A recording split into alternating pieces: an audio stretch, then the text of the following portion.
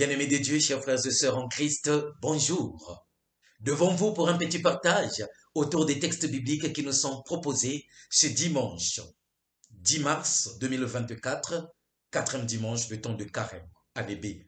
On l'appelle aussi dimanche de la joie, tout simplement parce que les textes bibliques nous invitent déjà à ce que nous puissions expérimenter cet amour de Dieu, Dieu qui s'offre lui-même, qui par miséricorde nous offre ce qu'il a de plus cher, son propre Fils, pour pouvoir nous sauver.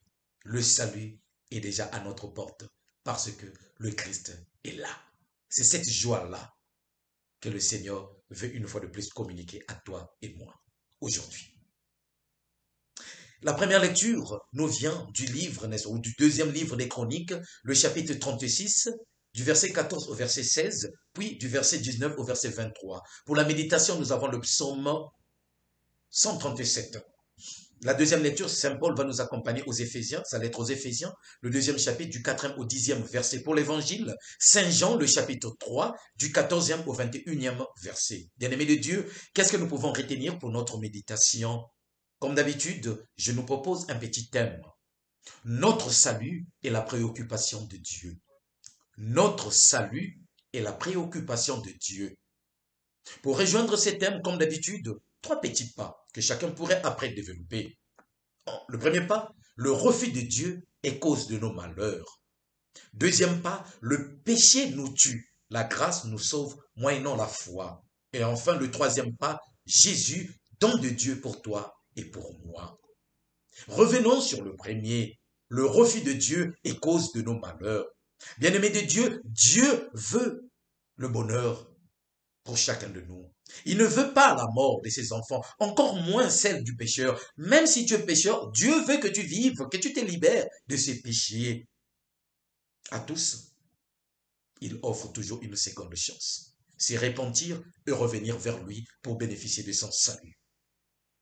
La première lecture que nous lisons, n'est-ce pas, aujourd'hui, le livre des Chroniques, nous invite justement à faire une relecture des événements du passé pour mieux, si vous voulez, pour mieux vivre le présent et orienter le futur. Oui, le texte que nous lisons aujourd'hui est en train de rappeler au peuple ce qui s'est passé hier. Et l'épisode qui est mis en exergue ici, c'est celui, n'est-ce pas, de l'exil à Babylone. Le peuple était en esclavage. Et l'auteur sacré veut rappeler, n'est-ce pas, à ses frères et sœurs du moment cet événement pour les inviter justement à ne plus tomber ou retomber dans les mêmes erreurs. Si le peuple s'est retrouvé, ou si nos ancêtres se sont retrouvés en exil, esclavage à Babylone, c'est parce qu'ils n'ont pas su obéir à Dieu, c'est parce qu'ils ont refusé Dieu, ils ont préféré autre chose. Lisons un extrait pour étayer cela. Le Seigneur, le Dieu de leur père, sans attendre et sans se lasser, leur envoyait des messagers, car il avait pitié de son peuple et de sa demeure. Mais eux tournaient en dérision les envoyés de Dieu, méprisaient ses paroles et se moquaient de ses prophètes. Oh, nous saisissons ici, bien-aimés de Dieu, la fidélité de Dieu et l'infidélité du peuple. Dieu cherchait toujours leur salut. Dieu a envoyé même les prophètes pour leur dire, voilà comment est-ce que vous devez faire. Mais hélas, plutôt que d'écouter les prophètes, qu'est-ce qu'ils ont fait? Ils les ont même tués, faire du mal. Nous sommes peut-être de ce peuple. Plutôt que d'écouter la parole de Dieu, plutôt que d'écouter les envoyés de Dieu qui nous parlent chaque jour, qui nous invitent justement à ce que nous puissions nous rapprocher de Dieu, eh bien nous préférons écouter nos propres, n'est-ce pas, idées. Nous préférons écouter tout ce qui nous entoure, nos propres convoitises. Le malheur est quelquefois la conséquence de nos choix.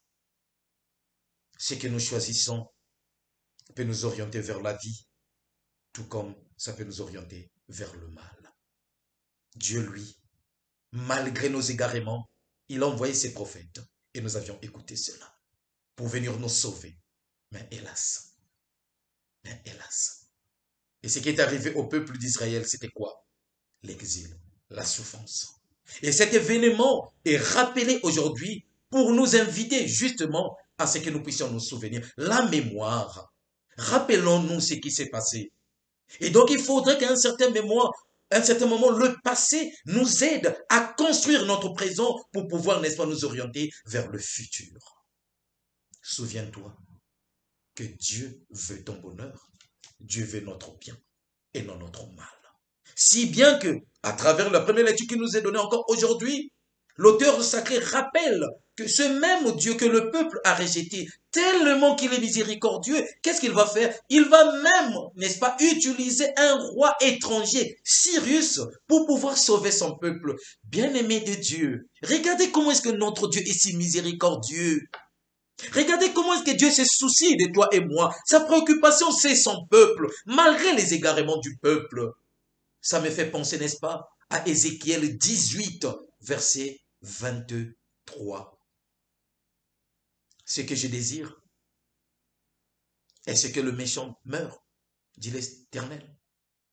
N'est-ce pas qu'il change de conduite et qu'il vive? Puis le prophète lui-même ajoute le même chapitre 18, verset 32. Car je ne désire pas la mort de celui qui meurt ou du pécheur, mais qu'il se convertisse pour qu'il obtienne la vie. Et le prophète Michée, au chapitre 7, verset 18, bien-aimé de Dieu, arrivera à dire ceci. Notre Dieu est miséricorde. Oui, Dieu ne veut que nous apporter ce qui est bien, son pardon. Acceptons de changer nos vies. La grâce sera toujours là. Et si cette grâce sera toujours là, ça veut dire que notre mission de chaque jour, c'est de fuir le péché.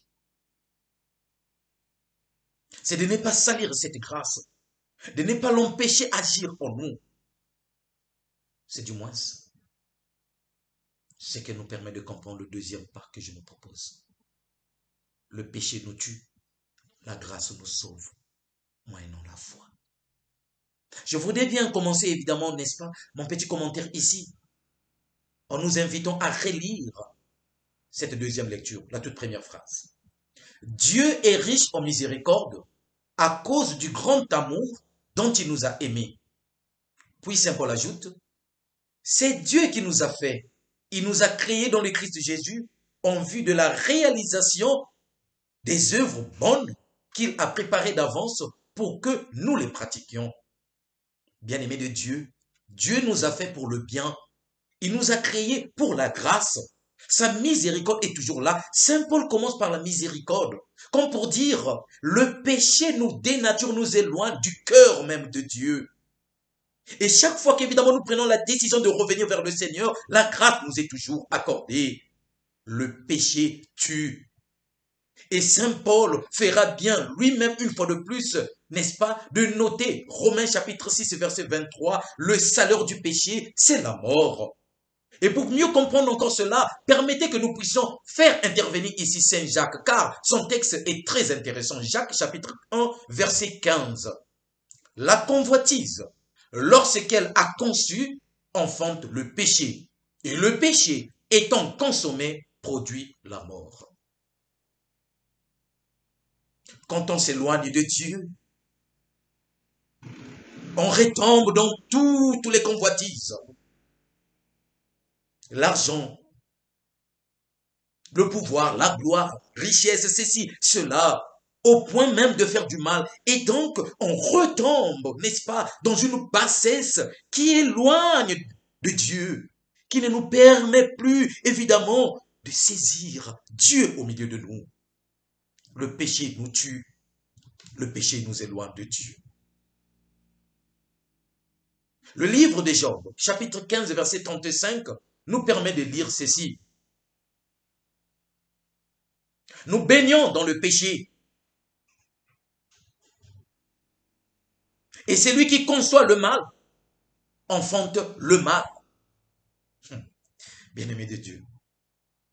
Chaque fois que nous laissons notre vie sombrer dans le péché, dans le mal, nous ne pouvons que produire ce qui est mal.